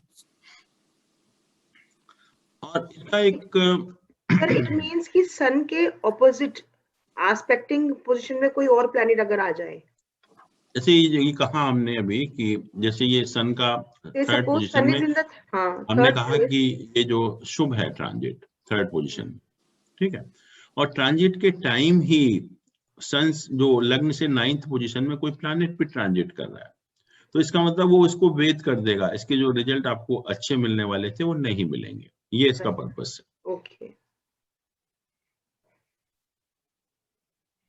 ये 7.5 की भी थोड़ी सी बात कर लेते हैं कि इसमें यही है कि जो 7.5 का है कि जब प्रिंसिपल यही है कि मून हमारे माइंड को रिप्रेजेंट करता है और शनि जो है वो एक प्लैनेट है विच puts element of pressure on that actually. तो जब भी जो मून के पास आसपास जब भी शनि होता है तो आपके माइंड के ऊपर प्रेशर डालता है, आपको डिस्टर्ब्ड स्टेट में रखता है या मेंटल टेंशन में रखता है। तो ये कहा कि जो शनि है अगर नेटल मून से जो भी आपके हॉरोस्कोप में मून की पोजीशन है वहां से जब 12वें स्थान में एंटर करता है तो 7.5 की शुरुआत हो जाती है। फिर 2.5 साल शनि उस हाउस में रहता है, फिर जब मून के ऊपर ट्रांजिट होता है उसका 2.5 साल वहां रहता है, और फिर जब मून से 2nd हाउस में जाता है 2.5 साल वहां रहता है। तो ये 7.5 साल का जो पीरियड है इसको हम 7.5 बोलते हैं।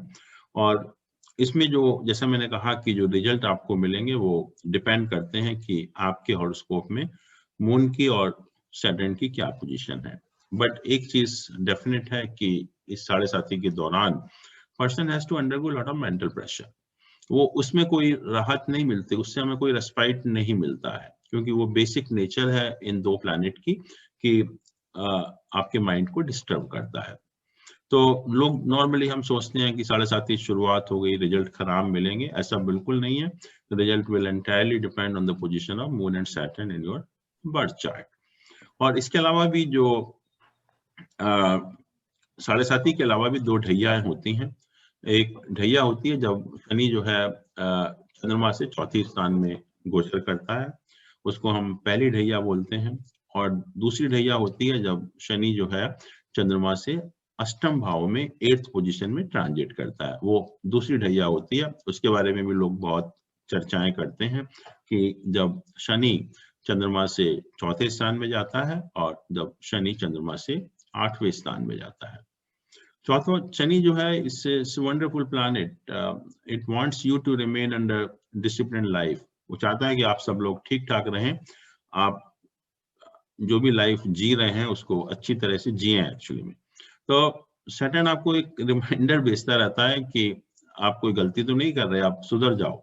अगर आप सुधर जाते हैं या कोई गलती नहीं करते हैं तो शनि आपसे कुछ नहीं कहता, और अगर आप गलती किए जा रहे हैं सब जानने के बावजूद भी, तो शनि फिर आपको परेशान करता है।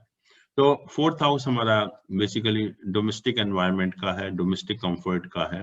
तो ये रिमाइंड करता है जब चंद्रमा से चौथे भाव में आता है कि आपकी जो रिस्पॉन्सिबिलिटी है फैमिली के लिए, आप उसको निभा रहे हैं नहीं निभा रहे, are you taking care of your family और नॉट। अगर आप ऑलरेडी जो आपकी ड्यूटीज हैं, रिस्पॉन्सिबिलिटीज हैं, अगर आप कर रहे हैं फैमिली के लिए, तो आपको पता भी नहीं चलता कि कब ढैया आई और चली गई। अगर आप नहीं कर रहे हैं, अगर आप जो बेसिक आपसे एक्सपेक्टेशन है उसको आप नहीं कर रहे हैं, देन शनि आपको प्रॉब्लम क्रिएट करता है। ऐसे ही जो 8th हाउस में जाता है चंद्रमा से, 8th house is basically the house of longevity. तो इट टेल्स यू कि whether you are taking care of your health और नॉट। आपका जो हेल्थ केयर करने का जो है, खाना पीना, सोना, उठना बैठना और एक्सरसाइज करना, मेडिटेशन करना, वो आप कर रहे हैं नहीं कर रहे हैं। अगर आप अपने हेल्थ का अच्छी तरह से टेक केयर कर रहे हैं तो अष्टम भाव में जब शनि जाएगा तो आपको पता भी नहीं चलेगा। लेकिन अगर आप नहीं कर रहे हैं, अपनी हेल्थ को नेग्लेक्ट कर रहे हैं, तो शनि आपको काफी प्रॉब्लम भी क्रिएट करता है। तो ये ध्यान रखिए कि Shani is not a bad planet, Shani is a wonderful planet. It wants you to lead a discipline life, it wants you to control your ego. तो अगर ये 2 चीजें आप करके चलेंगे तो शनि कभी भी आपको परेशान नहीं करेगा।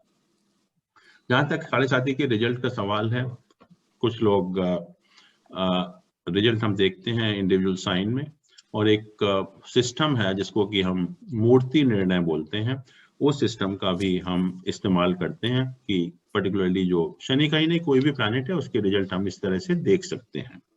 तो हमें करना क्या है कि जब शनि जब किसी भी नई राशि में एंटर करता है, जैसे मान लीजिए कि 22-23 जनवरी को शनि ने मकर राशि में एंटर किया, तो जैसे ही जिस टाइम कोई भी प्लैनेट, या यहाँ हम शनि की बात कर रहे हैं, तो शनि जब भी कोई एक नई राशि में जिस टाइम एंटर किया, तो उस टाइम आपको देखना है कि मून की पोजीशन क्या है, मून कहाँ पर ट्रांजिट कर रहा है।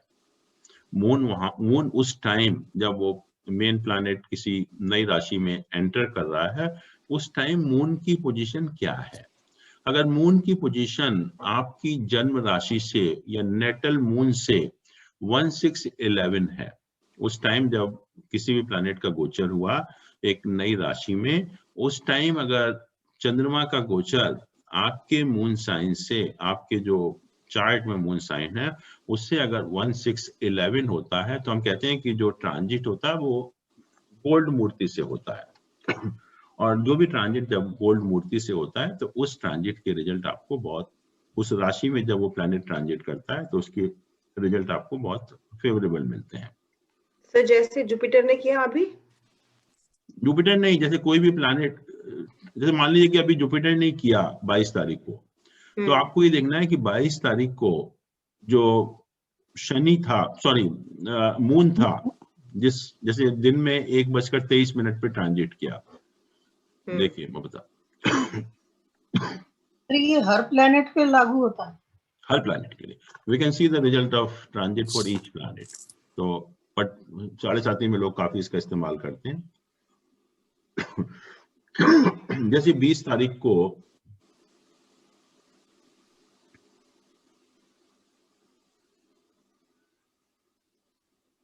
एक 1:23 पर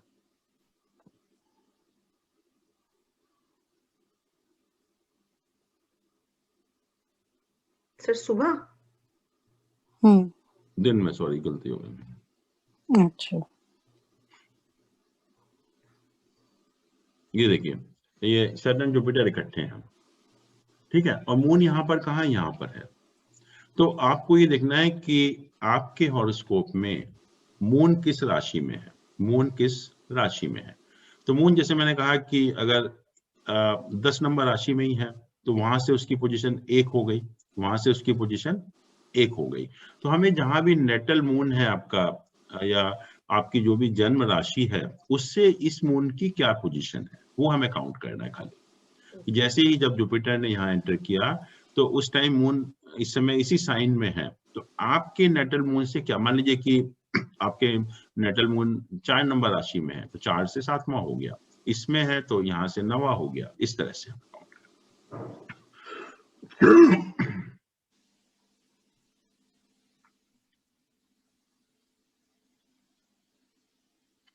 तो अगर मून की पोजीशन 1, 6, 11 होती है आपकी जन्म राशि से, तो ये गोल्ड मूर्ति से ट्रांजिट होता है, उसके रिजल्ट आपको फेवरेबल मिलते हैं।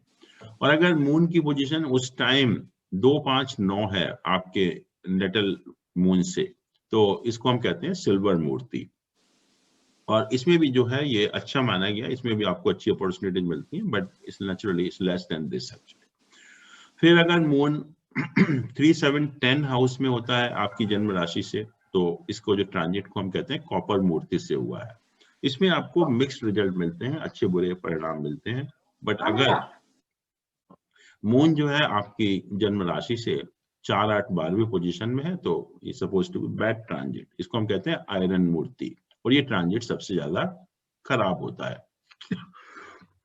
तो इस सिस्टम के द्वारा भी हम ट्रांजिट के रिजल्ट शनि के ही नहीं बल्कि हर प्लैनेट के हम देख सकते हैं, और लोग देखते भी हैं कि, और पर्टिकुलरली 7.5 के लिए, क्योंकि एवरीबॉडी इज सो पर्टिकुलर, तो 7.5 के रिजल्ट तो हम देखते ही हैं इससे जो है।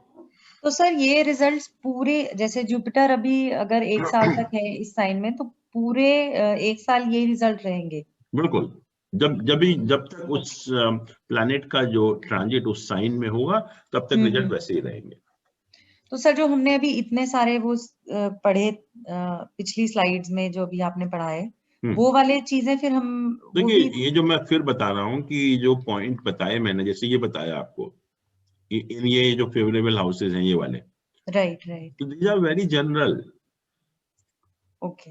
और ऐसे ही जो गोल्ड मूर्ति है या कॉपर मूर्ति है, ये भी जनरल है। ओके, पर अल्टीमेटली सर वही सब हमें देखना पड़ेगा। अल्टीमेटली तो you have to go through all the detailed procedure, जब आपको पता लगेगा, ऐसे पता नहीं चलेगा। ठीक है सर, ठीक है, थैंक यू सर। फिर कहते हैं कि जो 7.5 है वो फर्स्ट, सेकंड, थर्ड फेज में अलग अलग बॉडी के पार्ट को पर रहती है। आपने सुना भी होगा कि जो 7.5 का जो फर्स्ट फेज होता है वो सिर पर रहता है, और उस टाइम जो है वो एकदम से टेंशन आता है माइंड के ऊपर, आप परेशान हो जाते हैं काफी। और कहते हैं कि जो 2.5 साल का जो समय है, उसके जो पहले 7 महीने हैं वो आपके सिर पर, 9 महीने आइस के ऊपर, 8 महीने माउथ के ऊपर, और 6 महीने थ्रोट के ऊपर रहते हैं। मतलब इन चीजों में प्रॉब्लम हो सकती है। सेकंड फेज में हम कहते हैं कि जो शनि का जो 7.5 का वास होता है आपके पेट पर होता है, स्टोमक के ऊपर होता है। तो इसमें पहले 10 महीने आपके हार्ट के ऊपर, फिर 11 महीने स्टोमक के ऊपर, 5 महीने नवल के ऊपर, और 4 महीने जेनिटल ऑर्गन के ऊपर। और थर्ड फेज को हम कहते हैं पैरों में निवास होता है। तो जाती है मतलब उस टाइम जो है तो पैरों में निवास होता है। तो पहले 13 महीने नीस के ऊपर, 12 महीने थाइस के ऊपर, और 5 महीने लेग्स के ऊपर इसका इफेक्ट रहेगा। तो यहाँ पर जो रिजल्ट का सवाल है उसमें यही बताया, जो थोड़ा सा मैं आपको बता दूं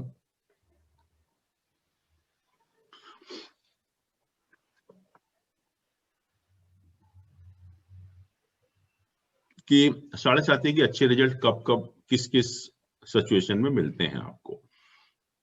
तो पहला तो यह है कि जो ऑपरेटिंग दशा है वो बेनिफिक प्लैनेट की दशा चल रही है, तभी भी कहते हैं कि 7.5 के रिजल्ट उतने खराब नहीं मिलते। सेकेंडली, जब हम अष्टक वर्ग का चार्ट डिस्कस करेंगे तो उसमें देखेंगे कि जो अष्टक वर्ग का चार्ट में हम एक सर्वाष्टक वर्ग बनाते हैं, और सर्वाष्टक वर्ग का मतलब होता है कि combined positive influence on each house. तो हर हाउस में एक टोटल सर्वाष्टक वर्ग पॉइंट्स होते हैं, वो हम डिस्कस करेंगे। तो ये कहा कि जब 3 राशियों में शनि जब गोचर कर रहा है, मून से 12वें स्थान में, मून के ऊपर या मून के 2nd हाउस में, अगर तीनों हाउसेस में सर्वाष्टक वर्ग का पॉइंट अगर 30 से ज्यादा है तो इसका मतलब वो हाउसेस स्ट्रॉन्ग है। उस टाइम भी जो है वो शनि के रिजल्ट खराब नहीं मिलते, 7.5 के रिजल्ट खराब नहीं मिलते। या ये कहा कि अगर हम शनि का भिन्नाष्टक वर्ग देखें, वो देखेंगे नेक्स्ट टाइम में, कि अगर शनि के भिन्नाष्टक वर्ग में भी अगर ये 3 हाउसेस में भिन्नाष्टक वर्ग का पॉइंट ज्यादा है तभी भी 7.5 के रिजल्ट खराब नहीं होते। और या शनि जो ट्रांजिट कर रहा है इन तीनों साइन में, वो उसकी अपनी राशियां हैं या फ्रेंडली साइन है, तभी भी 7.5 के रिजल्ट खराब नहीं मिलते। या फिर सैटर्न जब ट्रांजिट कर रहा है तो उसके ऊपर बेनिफिक प्लैनेट का इन्फ्लुएंस होता है, तो उस टाइम भी जो 7.5 के रिजल्ट होते हैं वो खराब नहीं मिलते। तो ये चीजें भी हमें ध्यान रखना है जहां तक 7.5 का सवाल है। तो I think this completes our transit. So now I think it's your turn. आप जो भी डाउट है, कोई क्वेश्चन है, आप पूछ सकते हैं। सर कोई एग्जांपल ले सकते हैं? हाँ सर, मैं अभी जो वो मिथुन राशि के लिए 7.5 का पूछ रही थी, तो वो क्या सही है? देखिए, मैंने कहा कि अभी जो बताया मैंने आपको कि अगर 3, 4, 5 वो तो एनिमी साइन, जब फ्रेंडली साइन में ट्रांजिट करता है तो पॉजिटिव रिजल्ट होते हैं, और एनिमी साइन में ट्रांजिट करेगा तो नेचुरली नेगेटिव रिजल्ट होंगे। वो ये बताया भी आप भी आपको कि अगर ये तीनों राशियां हैं, उसकी अगर फ्रेंडली राशि हैं, अपनी राशि हैं, तो रिजल्ट अच्छे होते हैं। और आप जो बात कर रहे हैं 4 और 5 नंबर राशि की, उसमें नेचुरली वो उसकी एनिमी राशि है, मून एंड मार्स, मून और सन दोनों एनिमी है उसके, तो उसके रिजल्ट उतने अच्छे नहीं मिलेंगे। तो यानी अगर मिथुन राशि पे अगर वो करेगी तो उसका फर्स्ट और सेकंड फेज तो हो सकता है कि अच्छा जाए, लेकिन थर्ड फेज और उतरने के बाद भी फोर्थ फेज थोड़ा टिपिकल रह सकता है। बिल्कुल।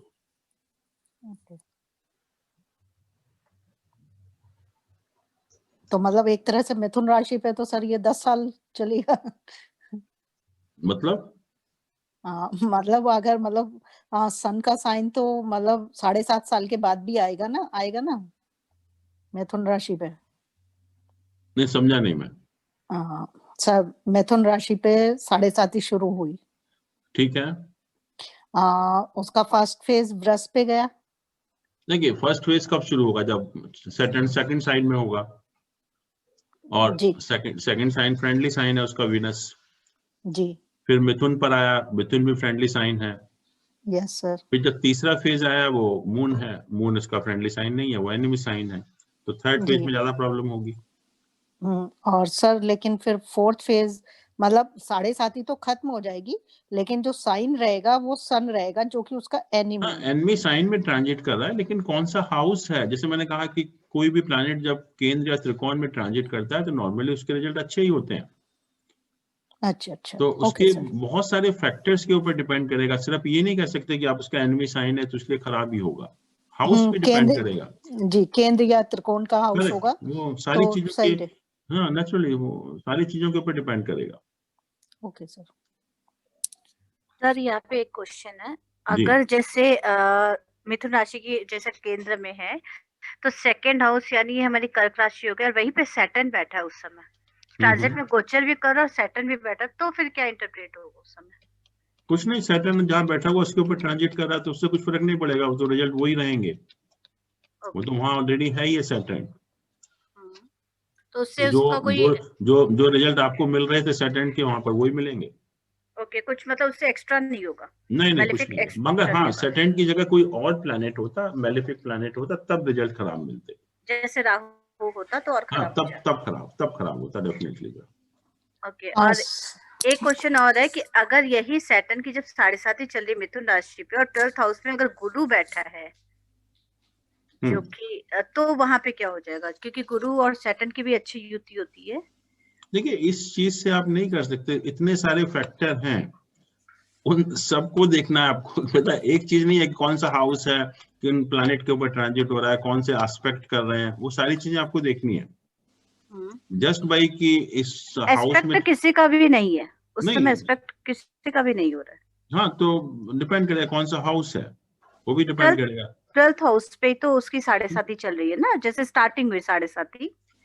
12th हाउस नहीं, आपके हॉरोस्कोप में कौन सा हाउस है, वो तो मून से देख रहे हैं आप। हाँ, मून से ही बात कर रही हूँ। तो जैसे 12th हाउस में सेकंड राशि आ गई, वृष राशि, ठीक है, और वहीं पे 7.5 स्टार्ट हुई, वहीं पे गुरु भी बैठा हुआ है। तो transit of Saturn over Jupiter is not bad.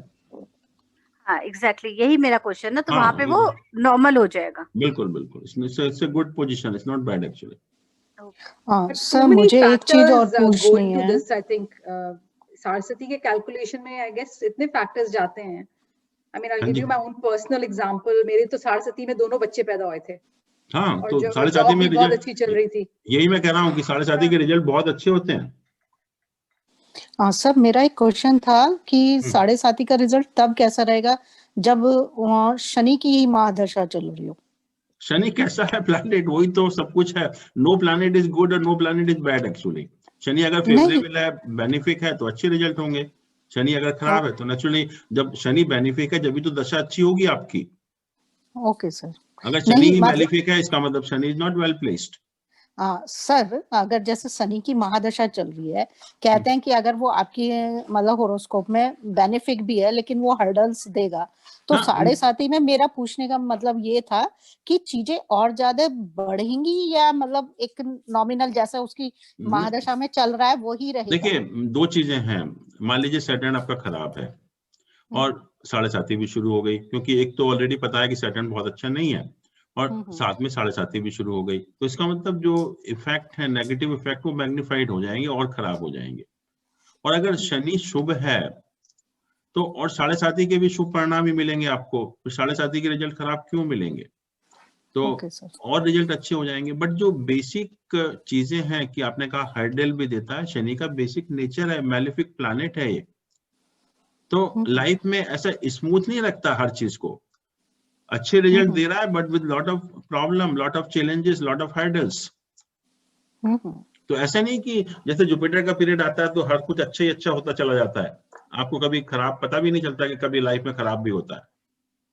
But Saturn में ऐसा नहीं होता, क्योंकि सैटर्न बेसिकली मैलिफिक प्लैनेट है, उसके कुछ ना कुछ परेशानियां भी आती रहती हैं। Okay sir.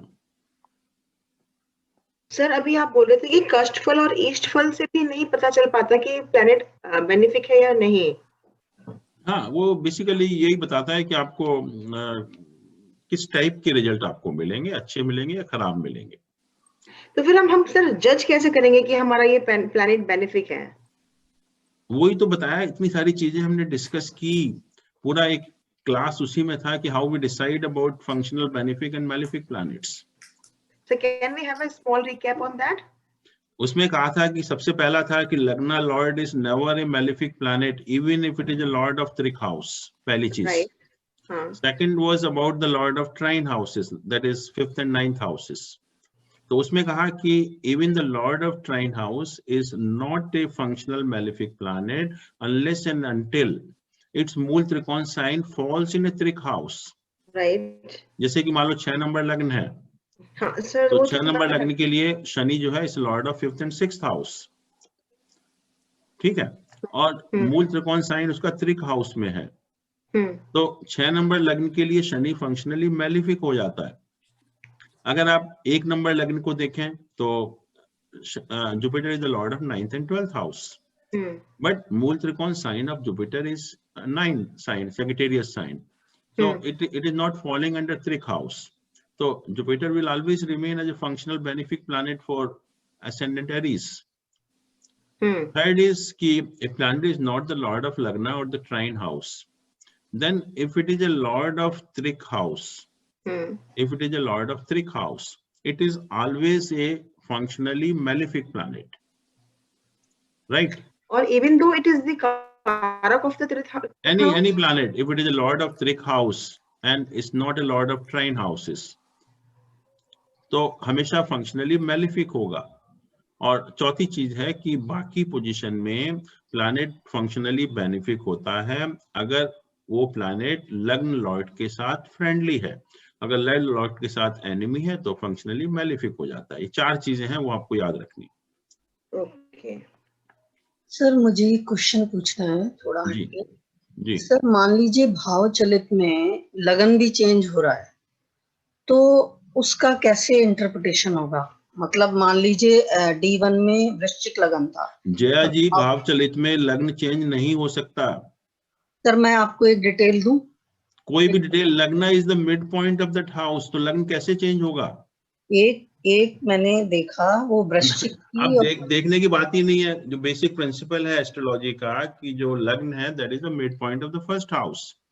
और कुछ लोग जो दूसरा सिस्टम भी यूज करते हैं उसमें they take the starting point of the house. लग्न कैसे चेंज हो सकता है? लग्न तो चेंज हो ही नहीं सकता जैसे भावचलित में। मैंने एक डिटेल डाले तो उसमें वृश्चिक लगन थी और जब भाव चलित देखा तो वो सेजिटेरियस हो गई।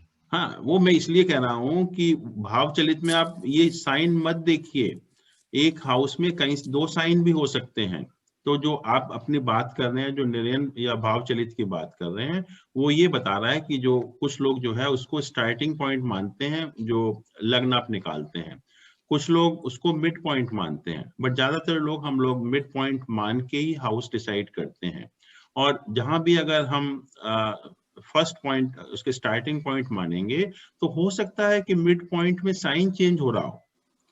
मिड पॉइंट में साइन मतलब फर्स्ट हाउस का कस्प चेंज हो रहा हो, लेकिन फर्स्ट हाउस का साइन कभी चेंज नहीं होता एक्चुअली। सर मैं डेटा दूं एक? हाँ जी, एक डिटेल दूं, एक डेटा दूं, एक हॉरोस्कोप का? नहीं आप भेज दीजिए मुझे, but this is a basic thing we have to understand कि वो कभी लग्न का साइन चेंज नहीं होगा। Lagna will remain in the same sign. Only difference may be कि the mid point of the house में चेंज द साइन, क्योंकि एक हाउस में 2 साइन हो सकते हैं। ओके। लग्न चेंज नहीं होगा कभी भी जो है।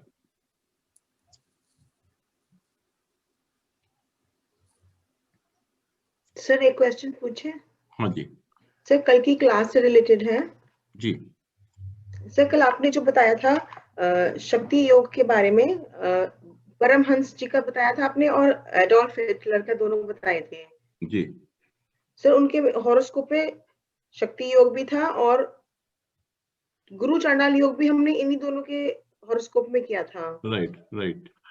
तो सर इज इट नेसेसरी कि उस शक्ति का इस्तेमाल वो शक्ति योग तभी बनता है जब गुरु चांडाल योग बनता है? हाँ जी, गुरु चांडाल योग एंड शक्ति योग मतलब 2 अलग अलग तरीके के सिस्टम से हम देखते हैं क्योंकि जी। तो इज इट बिकॉज गुरु चांडाल योग बन रहा है इसलिए शक्ति योग बनता है? नहीं, it's not necessary sir because when I saw my horoscope, ये तो बाय चांस इस टाइप से बन रहा था, बट नहीं सर हमारे में भी बन रहा है क्योंकि गुरु चांडाल योग, इसीलिए पॉसिबिलिटी है क्योंकि चांस है, मतलब पॉसिबिलिटी डिफरेंट तो सिस्टम से देखते हैं तो maybe there is some connection. हाँ, नहीं इट्स नॉट कनेक्टेड। एक दूसरे का कोई रिलेशन नहीं है, तो बाय चांस अगर बन रहा है तो ठीक है। ओके